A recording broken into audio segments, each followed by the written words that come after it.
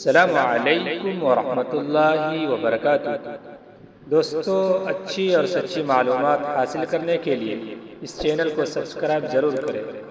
آئیے آج میں آپ کو ایک حدیث سناتا چلوں۔ مسلم شریف کی حدیث ہے، جانوروں پر رحم کرنا واجب ہے۔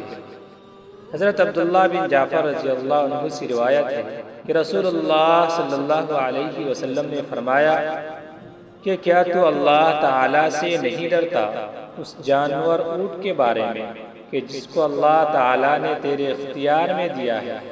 یہ اونٹ مجھ سے تیری شکایت کرتا ہے، تو اس کو بھوکا رکھتا ہے اور تو اس سے محنت بہت لیتا ہے۔ رسول اللہ صلی اللہ علیہ وسلم نے اس وقت فرمایا کہ جب آپ ایک انصاری آدمی کے باغ میں تشریف لے گئے، وہاں ایک اونٹ تھا۔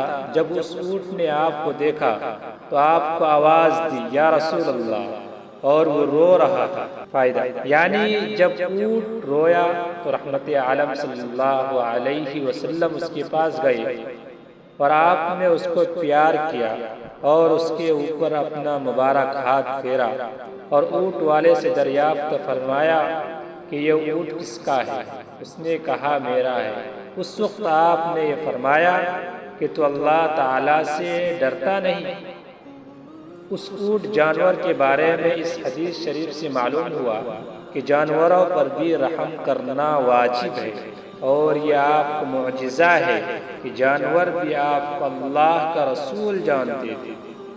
جو رحم نہ کرے وہ گنہگار ہے، بے رحمی کی اس کو سزا ملے گی۔